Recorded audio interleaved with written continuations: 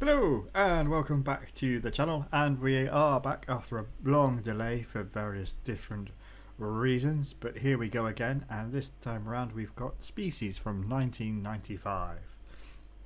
Now the early 90s was a very interesting time, particularly in cinema. Think about things like Basic Instinct and Disclosure. That was the kind of thing that was really popular at the time. The X-Files was not too long into its run. So here we have some people who have essentially thought, let's combine things like Basic Instinct and the X-Files, and we get Species. We open up with the mysterious lab. It's never clear in this film whether it's a government thing or a private thing, but there's a girl in an isolation booth. She's being poisoned. She breaks out, clearly not entirely human. Then there's Ben Kingsley, because one thing about this film is, oh my word, the cast. We have Ben Kingsley, Michael Madsen, Alfred Molina, Forrest Whitaker, young Michelle Williams as the young version of Sil. Here she is escaping.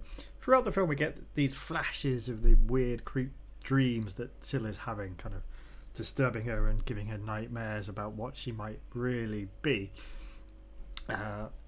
And it's a strange element of the film, because in these early parts we're almost set up to feel sorry for her, to be sympathetic towards her, but by the end she's just been reduced to a mindless monster. It's very strangely done, and a bit of a wasted opportunity. Some early CGI tentacles there, not too bad actually, the CGI work in this. There's not a huge amount of it, but what's there, it's pretty good. It has that kind of early 90s sheen of plastic feeling to it, and it never quite looks like it's in the same frame as everything, but it's pretty good for the time. Here we have our team of experts who've been gathered to hunt down the escaped alien Sil. Again, it's not clear whether it's a government thing or a corporate thing, really. Everybody's background is quite vague. It's quite a dodgy scene, that one, where we meet the team, because they all introduce themselves to each other, but basically they're just reading out their background stories to the audience. A fully grown Sil emerges in the form of Natasha Henstridge. Then we get more exposition dumped upon us, and it's all about how some alien DNA was recovered from something, and then they've played around with it and injected it into embryos and grown up various children, and killed several before this, but this time, she's escaped. And it's all quite clunkily done. Now Michael Madsen is kind of vaguely supposed to be some kind of government expert, hitman, secret agent type. Alfred Molina and Marg Helgenberger are kind of scientific experts in different fields, and randomly Forrest Whitaker is an empath. Here's a picture of a man that didn't do too well meeting Cell on the train. But the dialogue between the team is all very clunky. As it goes on, we're supposed to kind of feel like they're becoming friends and stuff, but it's just all the line for a cast that's this well known. It's all very clunkily delivered. They talk about how they don't want to, stop trains and things and get lots of questions, but then I don't know how they've managed to get one train carriage delivered to the middle of nowhere. Because delivering a train carriage somewhere, that's quite hard, to have it sat by itself in the middle of nowhere so they can investigate the crime scene of Sil's cocoon. Quite a lot is made about them arriving at a particular hotel, which is very odd. Meanwhile, Sil has reached the city and is slowly kind of learning to engage with humans and people around her. We're starting to get references to her seeing children and pregnant women, because we're going to build towards this idea that she wants to procreate. Then we have the gang in the lab. Again, it's not clear exactly what they're doing here, but they're messing around with some embryos and stuff.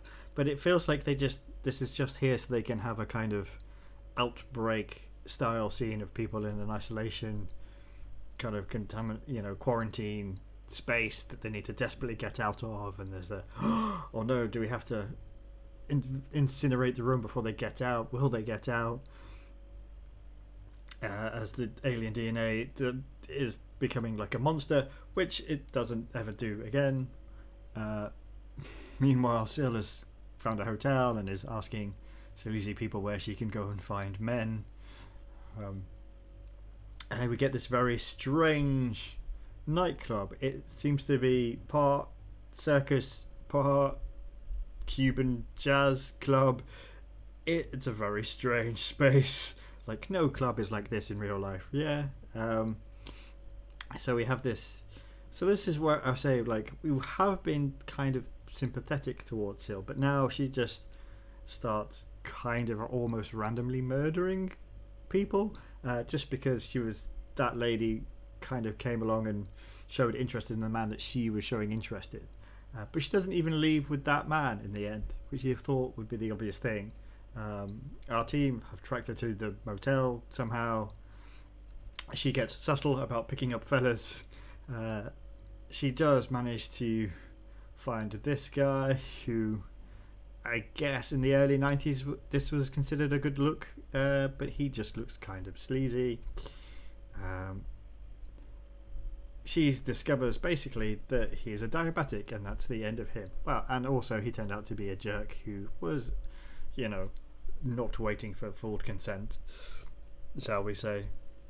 The team arrive, but much too late. After talking to the nightclub bouncer, find the guy with his head kind of exploded, and it's not gone well for him. So this is where they're kind of talking through, why has she killed him? And they kind of discover that he's got insulin, so yeah, it's because he's a diabetic. Sil sees all of this going on at the motel because our crack team aren't very subtle. Again, we're getting more of these kind of dreams and things going on. I will say, I think Natasha Henstridge does really well with what she's given in the central role, though admittedly a lot of the role is about how she looks more than anything. And obviously there are some gratuitous sexy bits which I can't put in a video for YouTube because they don't like that. Anyway, she gets into a car accident, and this poor fella is going to be her next victim, I guess is the right word, because he takes her to hospital, and then he meets her as she's coming out and takes her home, because obviously that's what you do. You meet a woman who's been run over by a car, and you wait for her in hospital so you can take her back to your place. Obviously, that's how it works, right? So she's fascinated by the pool, and there was something about the early to mid 90s and hot tubs and pools and sexy times, wasn't there, really? I mean, there's that infamous showgirls bit. I love this sequence here where the hospital receptionist is just like, can I give you the details of this patient? And the guy who paid for her, sure, have it. And they've not shown her any accreditation or badges or any kind of authority. She's just handing out it. The receptionist is just handing out this information. So that's the end of this poor guy. We get some, I quite like that little effect where her face, we get the alien kind of ridges behind her face. But once again, the team are too slow to save anybody. It's a bit of a shame, really, that Michael Madsen is kind of set up as the lead guy on the team of agents or whoever it is who are trying to catch up with Sil, because he's, in this in particular, he just has no charisma. He's just dour and kind of unconvincing as the kind of charming covert ops type guy that he's supposed to be coming across as. Anyway, we're starting to learn that Sil's quite canny, and she comes up with a plan to basically kidnap a poor lady from a shop because she's going to stage a car accident. The team have gone back to the jazz disco circus club. Forrest Whitaker has a few of these kind of things where he gets to empathetically feel that something's wrong. He just gets a weird feeling and wanders outside, and there he meets Sil, who has deliberately done this to start the car chase up. yeah, again, like it's a disappointing performance from Forrest Whitaker. He just kind of comes across as sleepy in this a lot of the time. There's a fairly standard car chase ensues. You have to love the wired car phone. Those were the days, eh? Bit of stunt work here. It's not too bad. Feel sorry for this poor kidnapped lady who gets exploded, because that's what cars do when they hit things rolling down hills. But the team now think that Sid is dead, because they're not the smartest bunch, really, despite supposedly being the very best in their fields. We're shown very deliberately that there's some hair dyeing and hair cutting going on, because our team of crack scientists and expert operations people can't spot when somebody has dyed their hair and got a different haircut, apparently. There's a very unconvincing romance between the two, I guess, leading people in the team. Here we are proving that supposedly very smart people can't tell when somebody's dyed their hair and had a haircut. It's not that hard. Anyway, the unconvincing romance is reaching a peak, and Sil is being a bit weird and kind of stalking them.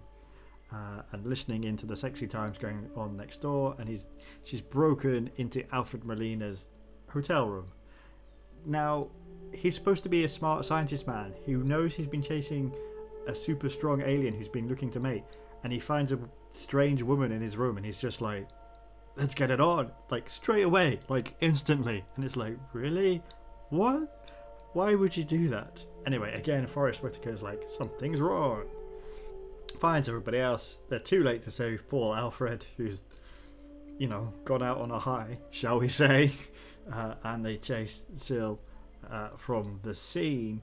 And this is the part where the film just kind of goes off a bit of a deep end, and it just becomes them chasing her through the tunnels, and all kind of interest in making Sil kind of multi-dimensional or whatever are just gone. Now she's just a monster who wants to give birth to babies to destroy man. That's it. Like, any of the kind of nuance in it is well gone by this point. But Ben Kingsley, being the evil scientist type, gets his comeuppance, of course, deep down in the sewers. And the design work on the alien look was done by H.R. Geiger. But it's kind of like they said to Geiger, you know how you made it really subtle in Alien, like the kind of imagery you were doing, do it for us, but forget the subtlety. Like, let's have nipple tentacles and stuff like that, because that's what's in this film. Anyway, the gang are climbing around in the lengthy sewer constructions underneath this club or hotel or whatever. And they find eventually that Sil has given birth to a small boy. Like, not a baby, literally a toddler, apparently, is what she's given birth to. But he quickly turns into a alien monster, because all kind of consistency is gone. He kind of gets full grown pretty much straight away. See, like, the CGI there, it's not too bad. But there we go. Sil's exploded. No nuance. Have a bit of a quip. And that is it. We'll call it a day. There's the core of a decent idea in Species, but it is lost under, like, poor dialogue. The fact that it's just going out for the exploitative, I guess, nature, like all the sex scenes, the nudity. And they felt like they had to throw in the violence at the end, I guess. It's not great. It's pretty clunky. I guess it'll do if you're kind of half watching it. It's alright. But it did apparently do well enough to generate sequels. It's one of those series that you get, like, Species 2 came out in the cinema, and then Species 3, 4 and 5 are like straight to video. I may catch them because they seem to have all turned up on Prime Cutz, on Amazon Prime rather, so we may get them all in Prime Cutz. But yeah, Species, I would give it a pass, to be honest. Stuff that you probably might want to see, you can look that up on the internet, run an image search, you know what I mean? Anyway, that was Species. not great, but it's good to be back on here, and we'll catch you again soon.